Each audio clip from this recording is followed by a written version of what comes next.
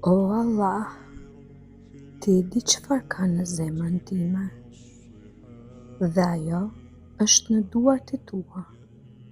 Të lutem të më përgëzosh me një lajm të mirë, që të më bëj të harroj çdo lodhje që kam kaluar.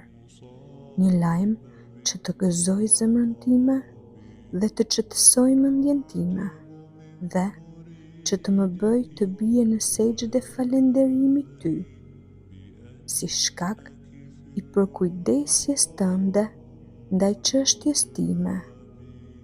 O Zoti i botëve. Amin.